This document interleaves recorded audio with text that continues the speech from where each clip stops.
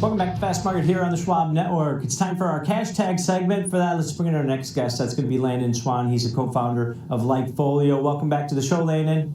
Thank you, Tom. Good to be here. All right, so we're talking Oreo cookies and Ritz crackers and Toblerone. Mondelez. The shares have had a pretty good run so far this year. Bounced back up about 17% in 2025. Off about 8% from 52-week highs. I mean, what are you guys seeing as far as data goes in the snack food maker? Because it feels like the thing was trending lower throughout 2024, but we've seen kind of a resurgence. Do you guys see that in your data? Yeah, I mean, we have definitely seen a resurgence in the stock. I mean, if you look at it, I think if you look at the stock chart, your first instinct is it's kind of going sideways. But then when you take a second look, you're like, actually, it's slowly trending upward. I mean, this doesn't move big, but it has been slowly drifting upward. And, you know, I think it's probably regarded as more of a defensive stock. I mean, you know, they're selling sugar and chocolate, so that's going to be pretty consistent throughout. But I will tell you, the data that we see is actually, it's kind of two tails, right? We've got U.S. and we've got Europe, and when we look at the U.S. data, it's a little bit weaker, and they noted this. I mean, Oreo and Ritz has definitely struggled. We've seen some of the lower income shoppers pulling back on that, and that's in the U.S. Europe is strong, though. I think they're plus 9% on sales. They were able to pass through the cost of cocoa and without really a lot of disruption in volume. So, you know, it's kind of like which one's more important. I think what's going to be really interesting is see how, you know, all the tariff deals are going to affect this. So that's going to be very interesting. But, you know, one of the things that we're looking at is the price of cocoa and chocolate. It has gone up significantly. Somewhere out there's a futures trader that's just absolutely killing it on cocoa. But it's gone up significantly, and that was actually their big driver of growth in Q1. Their sales were up 10%, but their profit was down 12% because the costs are up so much. And so, I mean, that's a pretty wild chart. You can see, like, it was steady for years, and now it's just exploded. So they've obviously, they're at the mercy of that. They've either got to they pretty much have to pass through the cost or just take less profit. And, you know, they're kind of mixing in that strategy. So it's tough right now because the stock is doing fairly well, and as we've seen, you know, today, this week, last week, a lot of companies, even when they put out okay numbers, they're kind of getting punished. So I'm starting to wonder if maybe the outlook on this company is just a little too high. Maybe they could be setting up for a little bit of a disappointment. Now, it's a different game. You know, it's not Spotify. It's more of a defensive play. But the data that we've got is that the interest on the web for this company and their brands is pulling back a little bit while the stock is pushing forward. It's not a huge divergence, and I don't think you're going to see that with a snack maker. But we do see some divergence, and given what the market's been doing, given what the reaction's been to other companies, I'd probably lean away from this one, or maybe on the bearish side a little bit. And you can kind of see the divergence there, and you know how the web interest has sort of it led the way down, it led the way back up, and now it's heading back down while the stock is high. So that gives me a lot of pause. As you know, playing this to the upside, I definitely would lean more to the downside, even though the LikeFolio score, I think it's -7, so it's basically neutral with a slight lean. But just given everything we've seen in the markets, I'd probably lean to the bearish side.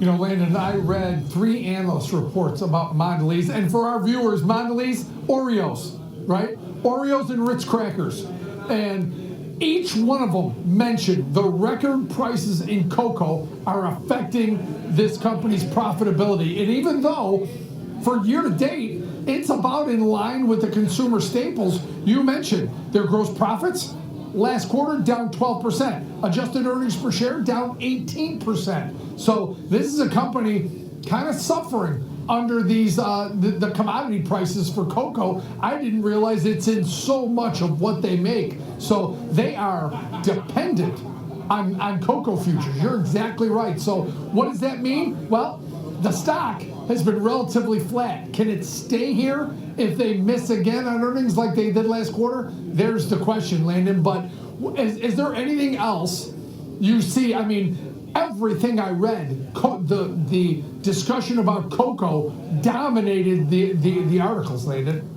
Yeah, and I think you're looking at the expense side more than the revenue side, but it's going to drive the revenue side as well. Obviously, you don't want your inputs to cost more, but when they do, you either take less profit or you charge more and you get less sales. And there's just not a lot you can do with that other than, I'm not sure if they hedge and they buy cocoa futures. That'd be great if they did, but I'm not sure if they do. But the other piece of data that we've got is, in specifically in Europe, we saw, they talked about how strong Easter was with all the candy sales, but the data that we've got after Easter is sort of weak on a year-over-year basis. It's definitely weaker than Easter. That's a peak, but even seasonally adjusted, it is a little bit weak. So again, the data that we've got is just slightly bearish, and then when you combine it with the strength of what the stock has done recently, especially during this sell-off right now that we've got, small sell-off in the market,